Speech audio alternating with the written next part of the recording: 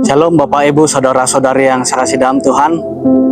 Pernahkah kita terpikir, jika Tuhan itu baik, kenapa kejahatan masih ada di dalam dunia?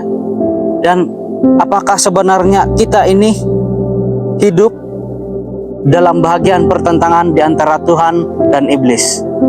Saya akan coba menjelaskan sedikit tentang persoalan ini untuk membantu pemahaman kita.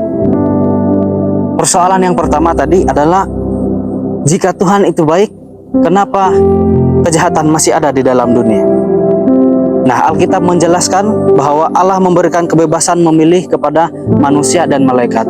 Kalau kita lihat dalam Ulangan 30 ayat 19 dikatakan, "Aku menghadapkan kepadamu kehidupan dan kematian, pilihlah kehidupan." Kejahatan ini muncul ketika makhluk ciptaan melawan Allah itu sendiri. Kita dapat melihat dalam Wahyu 12 ayat 7 hingga 9, di mana ini dimulai dari pemberontakan.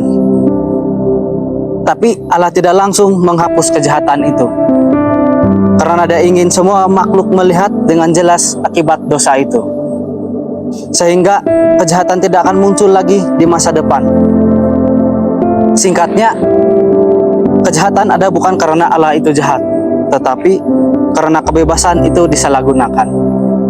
Persoalan yang kedua tadi, apakah hidup kita ini bahagian daripada pertentangan antara Tuhan dan iblis? Jawabannya sudah tentu iya.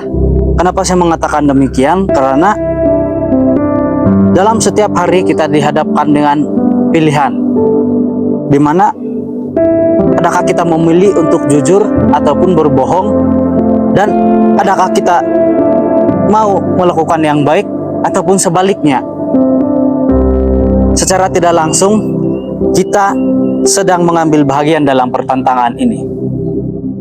Di dalam Yosua 24 ayat 15 dikatakan, "Pilihlah pada hari ini kepada siapa kamu akan beribadah."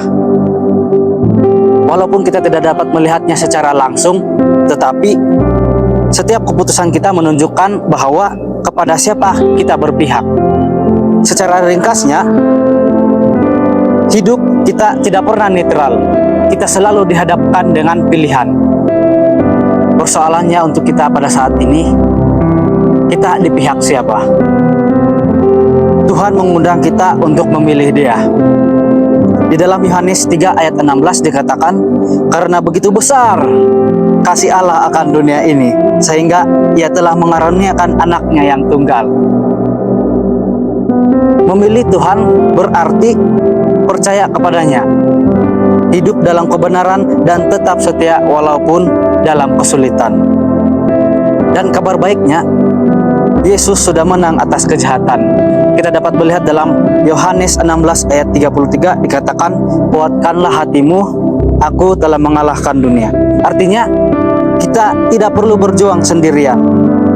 Tapi saudara-saudari yang saya kasih dalam Tuhan, berbalik lagi kepada pertanyaan yang pertama. Kejahatan ada karena kebebasan memilih. Sekarang apa pilihan kita?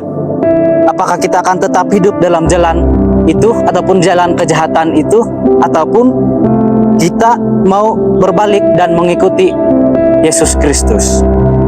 Saudara-saudari, saya berharap kepada kita semua supaya kita tetap berdiri di pihak Tuhan.